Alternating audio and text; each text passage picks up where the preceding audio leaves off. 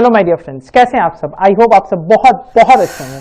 My dear friends, process costing में हमने finally अपना normal loss, abnormal gain, process loss and उसका क्या लिंक है विद स्टैंडर्ड कॉस्टिंग हमने कवर कर लिया। एंड ये सारी वीडियोस आप हमारे यूट्यूब चैनल केएस क्लासेस में देख सकते हैं। My dear friends, process costing का आज हम वापस से एक नया टॉपिक स्टार्ट करने जा रहे हैं। उस टॉपिक का नाम है valuation of work in progress. My dear friends, बहुत इंपॉर्टेंट टॉपिक है ये प्रोसेस कॉस्टिंग का। एंड जैसा कि आप सब जानते हैं कि ये टॉपिक जितना ही टफ होगा, मैं आपके लिए उतना ही इजी करूंगा इस टॉपिक को। ये टॉपिक स्टूडेंट जनरली अवॉइड करते हैं। क्यों अवॉइड करते हैं?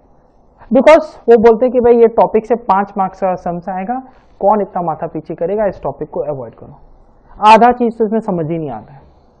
माय डियर फ्रेंड्स, समझ में इसलिए नहीं आता है बिकॉज कहीं ना कहीं कंसेप्ट की कमी है।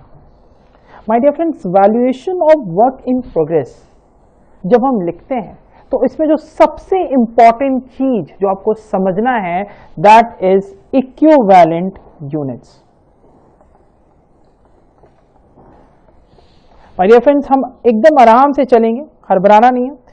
इक्विवेलेंट यूनिट्स, जैसे ही मैं इसका नाम लेता हूं, उस स्टूडेंट्स बोलते हैं सर इक्विवेलेंट यूनिट्स बहुत टफ है। एकदम भी टफ नहीं है माय डियर फ्रेंड्स, एकदम भी टफ नहीं है। मेरे को लगता है सबसे इजी है। करना क्या है इसमें? जब मैं नाम ले रहा हूं इक्विवेलेंट, तो आप ये बात समझ सकते हो कि मैं एक ऐसा यूनिट्स का बात कर रहा हूं जो कहीं ना कहीं कंप्लीट नहीं है, बट हम उसमें मानेंगे कि ये कंप्लीट है। फिर से ध्यान दीजिएगा my dear friends, equivalent units, जैसे ही मैं आपको ये नाम बता रहा हूं, आपके दिमाग में ये चीज क्लियर हो जानी चाहिए कि ये यूनिट्स एक्चुअली में कंप्लीट नहीं है, बट हम इसे मानेंगे कि इतना पोर्शन उसका कंप्लीट हो चुका। माय डियर फ्रेंड्स, अभी तक आपने कॉस्टिंग में कितने टाइप्स के एक्सपेंसेस देखे? There are only 3 types of expenses in costing my dear friends. Material, labour and overhead. My dear friends, एक रॉ मटेरियल जब फैक्ट्री में प्रोसेस होने के लिए जाता है तो हम बोलते हैं कि उसमें लेबर लगेगा एंड ओवरहेड लगेगा।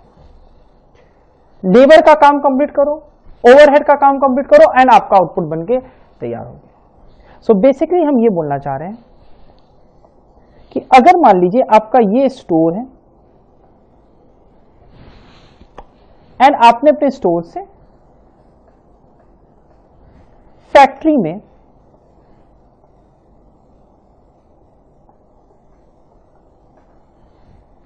1000 units of raw material send किया। ध्यान से सुनिएगा एकदम। अब फैक्ट्री में there are 2 process, process 1, process 2। अब प्रोसेस 1 में मैं बोल रहा हूं कि 1000 यूनिट्स प्रोसेस होना स्टार्ट हुआ।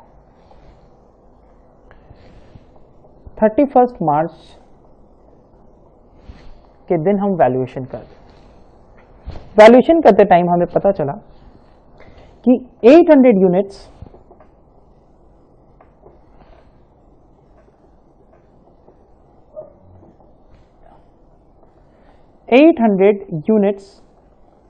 हमने ट्रांसफर किया प्रोसेस 2 में। ध्यान से सुनिएगा माय डियर, यानी कि ये 800 यूनिट्स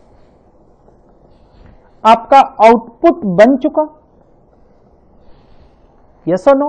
आपका आउटपुट बन चुका ये 800 यूनिट्स एंड अकॉर्डिंगली आपने 800 यूनिट्स को प्रोसेस 2 में ट्रांसफर किया।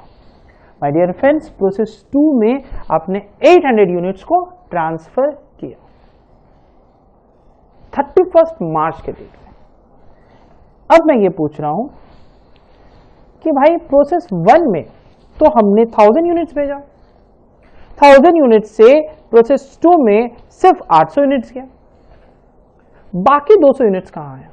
और अभी अभी एकदम लॉसेस भूल जाइए, normal loss, abnormal loss, abnormal gain, आपको कुछ भी याद नहीं कर रखना है, अभी सब कुछ भूल जाइए। आप ये मान के चलिए 1000 यूनिट्स हमने डाला, 1000 यूनिट्स आउटपुट हुआ, सिंपल, ठीक है, एकदम भूल जाइए। पहले हम कंसेप्ट को बिल्ड करेंगे my dear friends.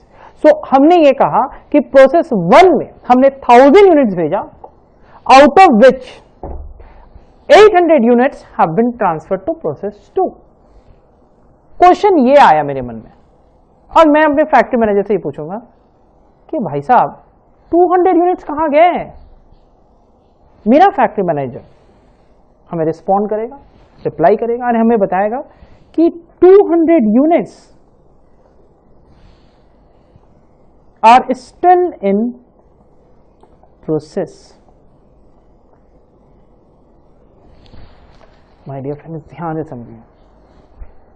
Factory manager ने कहा कि 1000 यूनिट्स हमारे पास आया मैनेजमेंट, 1000 यूनिट्स में 800 यूनिट्स का काम कंप्लीट होकर 800 यूनिट्स को हमने ट्रांसफर किया प्रोसेस 2 में।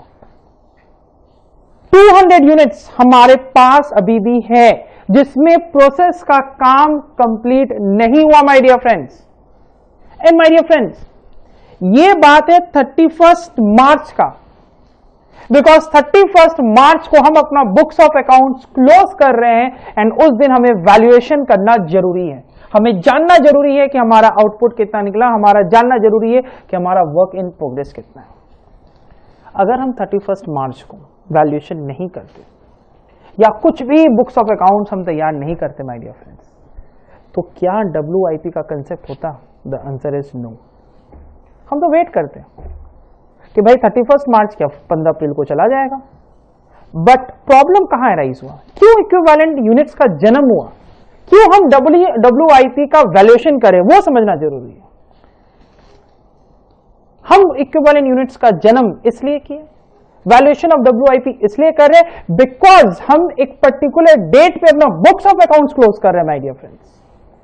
एंड बिकॉज हमें बुक्स ऑफ अकाउंट्स क्लोज करना है, हम उस पर्टिकुलर डेट पे वैल्यूएशन करते हैं।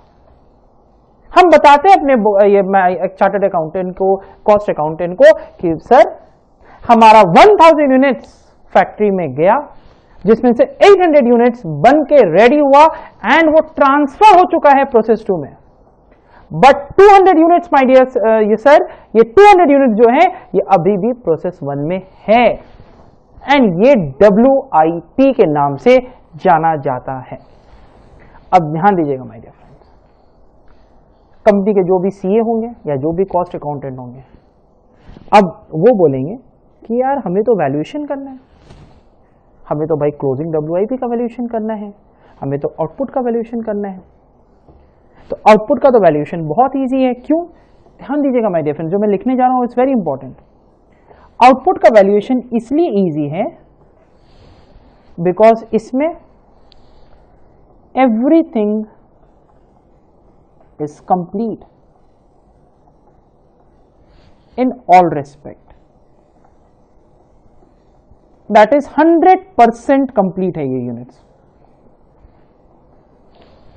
एंड मेरे लिए बहुत इजी है 800 यूनिट्स का वैल्यूएशन करना बिकॉज इसमें मेरा हर चीज कंप्लीट है माय डियर फ्रेंड्स, 100% कंप्लीट है ये यूनिट्स। लेकिन माय डियर फ्रेंड्स, जब हम बात करते हैं 200 यूनिट्स का तो हम ये बोलते हैं everything not completed. My dear friends, WIP में हो तो सब चीज तो कंप्लीट नहीं हो सकता अभी, लेकिन अगर आउटपुट में हो तो सब चीज कंप्लीट है।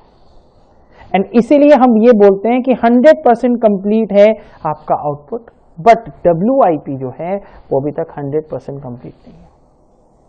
अब कंपनी के जो CA होंगे, चार्टर्ड अकाउंटेंट होंगे, जो कॉस्ट अकाउंटेंट होंगे, वो भाई फैक्ट्री मैनेजर को बुलाएंगे एंड फैक्ट्री मैनेजर को बोलेंगे भाई आप एक काम करो, आप एस्टिमेट करो कितना प्रोडक्ट्स या कितना काम आपका हो चुका है 200 यूनिट्स के रेस्पेक्ट में। ध्यान दीजिएगा my dear friends. Factory manager अब सीए को बोलेगा कि 200 यूनिट्स के रेस्पेक्ट में अगर आप बात करोगे मटेरियल का, तो मटेरियल मेरा 100% कंप्लीट है। क्यों? क्योंकि भाई मटेरियल को तो स्टोर से मंगवाना था, स्टोर से तो आ चुका है मटेरियल।